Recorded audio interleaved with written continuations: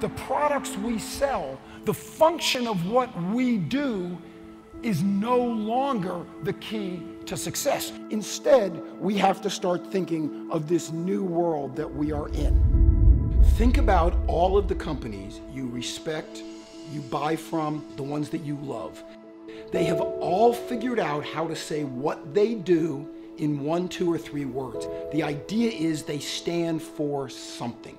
If you can reduce that message to its simple, most elemental essence, what you've done is created what I call brand shorthand.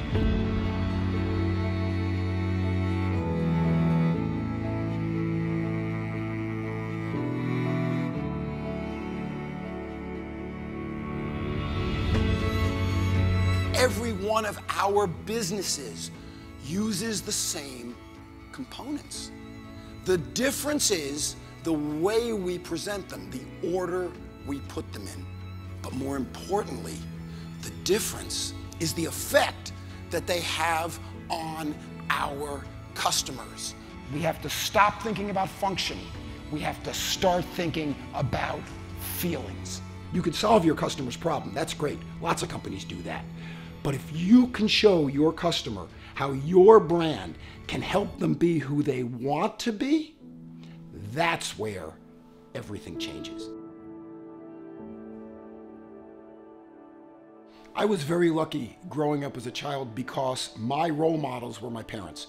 And my parents had this very unique combination of intellect and consciousness.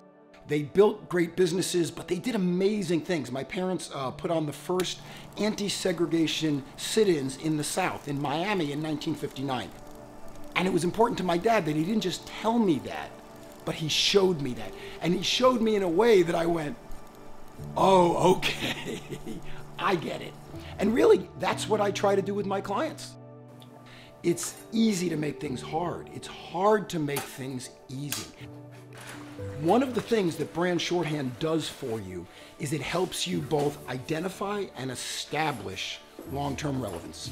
Because if you create your brand shorthand properly, you're not talking about function. You're not talking about what you do. You're talking about who you are, what you do for somebody else. This campaign, this was one of my favorites. This was done for Miami, and in the dead of winter, we would send these electrostatic stickers. They were big. They were 3 foot by 4 foot. And what it looked like was that the window was frosted up, and then someone had written in there, "In the frost, don't you wish you were in Miami now?" What I do is work with my audiences to show them what's right there in front of them all along. So imagine if you could play along with the greatest rock and roll band in history. 1, 2, 3.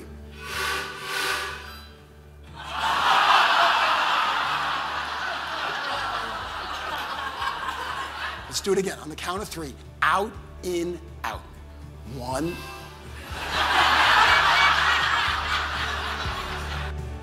A good brand makes people feel good, but a great brand makes people feel good about themselves.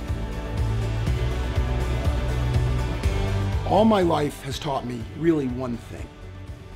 From art school, from the influence my parents gave me, from playing music, from drawing pictures, from working with clients for years and years and years.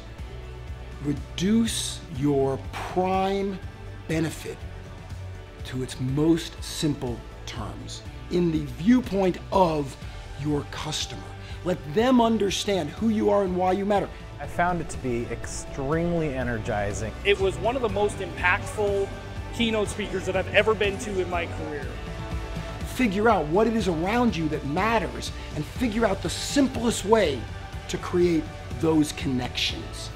That really is the key to success, to happiness, but more importantly, to true purpose.